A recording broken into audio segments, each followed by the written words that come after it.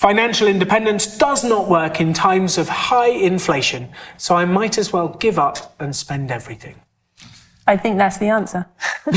Give up and spend everything? That's the end of the video. Yeah. Giving up and spending everything is usually a good idea. Yeah. Well, we're in high inflation now, so I guess we're all screwed. Well, this is the thing. People are saying, well, inflation is 10%, so why am I bother investing? Yeah. None of this works in high inflation times. Inflation is literally eating our growth and gains, so why bother? It's actually an argument for investing, because if you just keep money in cash, that's the thing that's actually losing buying power, because inflation is robbing you of your ability to buy more stuff because things are getting more expensive. But when there's high inflation, the same thing that's causing you to get annoyed when you go to the grocery store and everything is more expensive, the grocery store is also making 10%, making more money because they're able to charge more, and then that reflects back into equity values. I think another thing people don't realize is that there's a difference between the CPI, which is what they use to measure average inflation across all households, with personal inflation.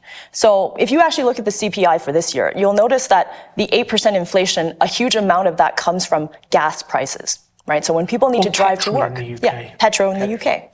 So when people need to drive to work, that actually inflates their expenses a lot because they have no choice. But the thing is, when you become financially independent, your personal inflation is significantly different because you have a lot more levers that you can pull to control your personal inflation. For example, if I don't need to work anymore, I don't need to live in an expensive city, which reduces my rent. I also don't need to drive to work, which reduces the amount of gas or petrol that you need to get to work. Another thing that I don't need to spend as much money on is eating out. Whenever you have to work and you're struggling to have enough time, you just kind of go out and grab lunch. How many of us have just said, okay, I don't have time, I have 5 meetings lined up, I just need to grab something really quickly, and you don't have time to cook. And that makes a huge difference. Your cost of food could be cut down by 50% just by cooking instead of going out to eat. So by becoming financially independent, you actually give yourself the freedom to control all these categories. And sometimes you can even opt out of entire categories if you don't have to drive, you don't have to worry about the gas category. Ooh, so you could opt out of clothing. Perfect. No need to wear pants. I have given up wearing pants ever since I retired. That is a valid saving strategy. Yeah, British pants or American pants? Both. But it's really interesting. This argument that financial independence doesn't work in inflationary times is kind of this thing of I might as well just give up.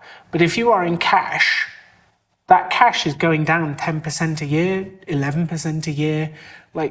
You are devaluing your money so rapidly.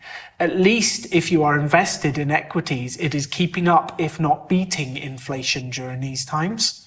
So one of the most important things you can do is actually the exact opposite of this myth. Inflationary times are when you should be invested, not sat in cash. Keep in mind also that you can use travel. So when you're not tied to an expensive city because you have to work, you can actually move to an inexpensive place, or you can move to Thailand. One of our favorite sayings is, when shit hits the fan, go to Thailand. It's so much cheaper, and the price of a pad thai or food or Thailand. And you can get a 5-star lifestyle for a quarter of the price of being in North America. So there's a lot more options to give yourself a permanent vacation and also fight inflation at the same time if you become financially independent.